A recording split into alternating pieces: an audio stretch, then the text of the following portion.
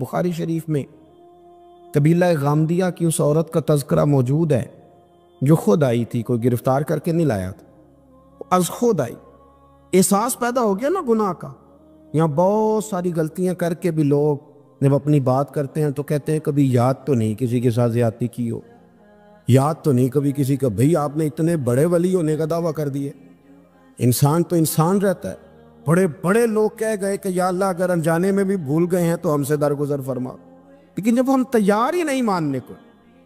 حضرت انس بن مالک کہتے ہیں وہ خاتون آئی، کو پکڑ کے نہیں لایا، کسی 14 دنوں کے ریمانڈ پہ نہیں اسے منوایا گیا، اسے وہ خود بخود آئی اور کریم محبوب علیہ السلام کے سامنے جب وہ کھڑی ہوئی تو اتنے درد سے میں نے کم لوگ روتے دیکھے ہیں جس درد سے وہ روئی۔ عرض کرنے لگی حضور میں غلطی کر بیٹھی ہوں، مجھ سے زنا ہو گیا، مجھے پاک کر گئے۔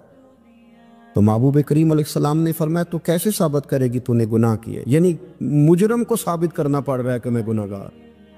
یہ وہ کمال ہے کہ انسانوں کو احساس ہونے لگے کہ یہاں ہم غلط ہیں۔ جب اعتراف جرم ہوتا ہے، جب بیماری کی تشخیص ہوتی ہے تو پھر اس کا علاج بھی ہو جاتا ہے۔ حضرت انس بن مالک کہتے ہیں وہ عرض کرنے لگی حضور میرے پیٹ میں ناجائز بچہ ہے۔ حضور نے فرمایا جا جب بچہ پیدا ہو تو پھر آنا۔ وہ 8 ماہ کے بعد آئی تو اس کی گود میں پھول سا بچہ تھا۔ حضور نے فرمایا واپس جا، جب روٹی کھانے لگ جائے تو پھر آنا۔ وہ 2 سال 2.25 سال دودھ پلاتی رہی، پھر جب آئی تو بچے کے ہاتھ میں روٹی کا ٹکڑا تھا۔ کریم محبوب صلی اللہ تعالی علیہ وسلم سے آ کے جب اس نے بات کی تو وہ درد سے روئی، کہنے لگی یا رسول اللہ 3 سال ہونے کو ہیں، میں نے گناہ کیا ہے، میں ساری رات سو نہیں پاتی۔ حضور تڑپتی اگر اس حال میں مر گئی تو اپنے رب کو کیا منہ دکھاؤں گا، مجھے پاک کر دے، میرے حال پہ رحم فرمائے۔ محبوب کریم صلی اللہ علیہ وسلم نے بچہ ایک صحابی کو دیا، فرمایا بچوں کی طرح پالنا، اور کہا اسے لے جاؤ، پتھر مار مار کے اسے سنسار کر دو۔ صحابہ کہتے ہیں اسے پتھر لگ رہے تھے اور حضور بے چینی کے ساتھ ٹہل رہے۔ آ کے خبر دی حضور وہ تو وصال کر گئے، انتقال ہو گیا۔ فرمایا یہاں تک تو بات اس کی تھی۔ حضرت انس بن مالک کہتے ہیں اب محبوب کریم نے صحابیات سے فرمایا اسے غسل دو، کفن پہناؤ، جنازہ تیار ہو جائے تو مجھے خبر کرنا۔ حضرت انس بن مالک کہتے ہیں غسل ہوا، کفن ہوا، جنازہ تیار ہوا تو حیران ہم تب ہوئے جب میرے محبوب نے فرمایا صفے بناؤ، میں خود جنازہ پڑھاؤں گا، میں خود جنازہ پڑھاؤں۔ اور سرکار نے جنازہ پڑھایا تو ایک شخص کی زبان سے نکلا حضور اس ملعون کا معاذ اللہ جنازہ جس نے ناجائز بچہ جنا، اس کے لیے آپ دعا کر رہے ہیں، جنازہ پڑھا۔ حضور فرمانے لگے خاموش ہو جاؤ، تم نے گناہ دیکھا ہے اس کا احساس نہیں دیکھا، تم نے غلطی دیکھی ہے لیکن اس کی توبہ کا انداز نہیں دیکھا۔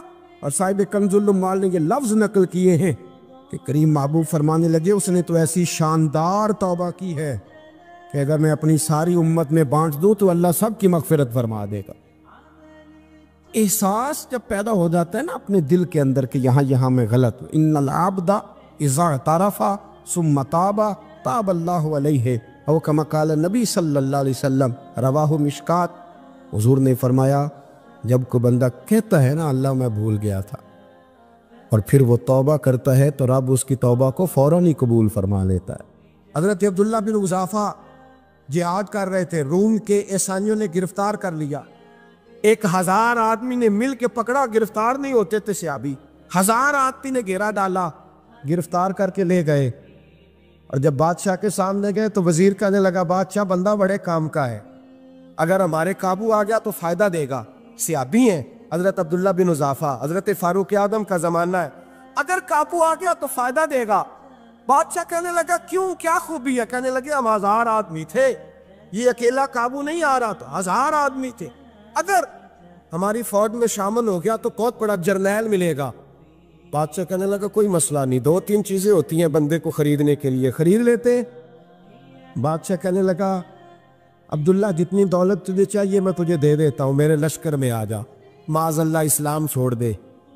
حضرت عبداللہ بن حذافہ کیا فرماتے ہیں بڑا تو بیوقوف ہے، میں نے دولت کمانی ہوتی تو مدینے میں بیٹھ کے تجارت کرتا، میں دولت کمانے نہیں نکلا، میں تو رسول اللہ کی رضا کمانے کے لیے نکلا ہوا ہوں۔ دولت کمانی ہوتی تو کسی مارکیٹ میں ہوتا، میدان میں آنا تو شہادت ہے مطلوب مقصود مومن، نہ مال غنیمت نہ کشور کشائی۔ یہ دولت تو لوٹی ہے رسول اللہ کے دروازے کی، جو تو پیچھے پیچھے پھرتی ہے نبی پاک کے غلاموں۔ یہ کمانی ہوتی تو میں کسی مارکیٹ میں ہوتا، میدان میں تھوڑا ہوتا۔ عبداللہ بن حذافہ سے ایک دوسری چال چلی، کہنے لگے میاں عہدہ جو تجھے چاہیے، میں بادشاہ ہوں، میرے نیچے جو عہدہ تو کہے گا وہ تجھے مل جائے گا۔ حضرت عبداللہ بن حذافہ کہنے لگے شاید تجھے پتہ نہیں میری تعریف کیا ہے، شاید تو جانتا نہیں میری تعریف کیا ہے۔ کہا صاحب کی کیا تعریف ہے؟ کہنے لگے میں رسول اللہ کا صحابی ہوں، اور کائنات میں سب سے بڑا عہدہ مصطفیٰ کے صحابی ہونے کا عہدہ ہے۔ صحابہ وہ صحابہ تھے جن کی ہر صبح عید ہوتی تھی، خدا کا قرب حاصل تھا، نبی کی دید ہوتی تھی۔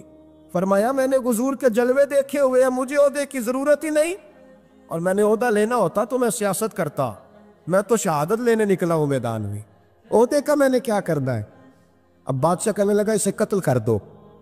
وزیر کہنے لگا نہیں، ایک بات اور ہے، مجھے ایک چال اور چلنے دو۔ کہا وہ کیا؟ کہنے لگے میری بیٹی بڑی خوبصورت ہے، مجھے موقع دو اپنی بیٹی کو سجا بنا کے، وہ جوان جس کی جوانی اتنی بڑی ہے کہ 1000 آدمی مقابلے میں کھڑا نہیں ہوتا، اس جوان کے کمرے میں رات کی تنہائی میں بنا سوار کے بی بی کو بھیجا۔ وہ بی بی کہتی ہے میں ساری رات بن سور کے اس صحابی کے کمرے میں بیٹھی رہی، لیکن یہ کیا شخص تھا، ساری رات ہی مسلح پہ بیٹھا رہا، ساری رات ہی، کچھ دیر تھک جاتا تو یہ کریم رسول پہ درود پڑھنا شروع کر دیتا۔ بی بی کہتی ہے سحری ہو گئی تو میں نے چھو کے دیکھا کہ انسان ہے کہ جن ہے، یہ بندہ ہے کہ فرشتہ ہے، چھو کے دیکھا۔ کہنے لگے پیچھے ہٹ جا۔ میں نے کہا میں نے تو سنا تھا تو 1000 کے مقابلے میں ہے، اور تو اتنا بے حصہ ہے کہ بنی صبری دلہن بیٹھی ہے، تو نے نظر نہیں کی؟ عبداللہ بن حذافہ، بی بی کہتی ہے نظر پھر نہیں اٹھائی، نظر پھر جھکی ہوئی ہے۔